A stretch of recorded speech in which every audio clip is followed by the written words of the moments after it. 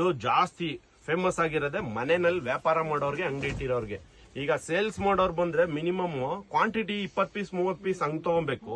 Minimum bill 20,000 30,000 ಆದ್ರೆ ಈ collections ನ ಪ್ರೈಸ್ ಎಷ್ಟಿರ್ಬೋದು ಹೇಳಿ ನೀವು? ಇದು 800 900 ಸೇಲ್ಸ್ ಮಾಡ್ತಾರೆ. ಸೇಲ್ಸ್ ಮಾಡೋರು ಮಾತ್ರ ಇದು 450 ಕೊಡ್ತೀವಿ.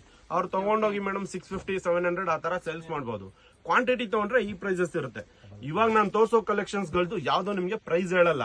ರೀಸೆಲ್ಲರ್ಸ್ ಏನಾದ್ರು ಇದಾರೆ ಅಂದ್ರೆ, ಈಗ ನಿಮ್ ವ್ಲಾಗ್ಸ್ ನೋಡೋರು, ಈಗ ರಿಟೇಲ್ ಕಸ್ಟಮರ್ಸ್ ಅಲ್ಲದೆ ಮನೆಯಲ್ಲಿ ಲೇಡೀಸ್ ಗಳು ವ್ಯಾಪಾರ ಮಾಡ್ತಾರ ಗೊತ್ತಾ, ಅವ್ರೇನಾದ್ರು ಇದಾರೆ ಅಂದ್ರೆ ನಮ್ ಸ್ಟೋರ್ ಬಂದ್ರೆ ಮಿನಿಮಮ್ 30 ರಿಂದ 40% ಮಾರ್ಜಿನ್ ಇಟ್ಕೊಂಡು ವ್ಯಾಪಾರ ಮಾಡಬಹುದು.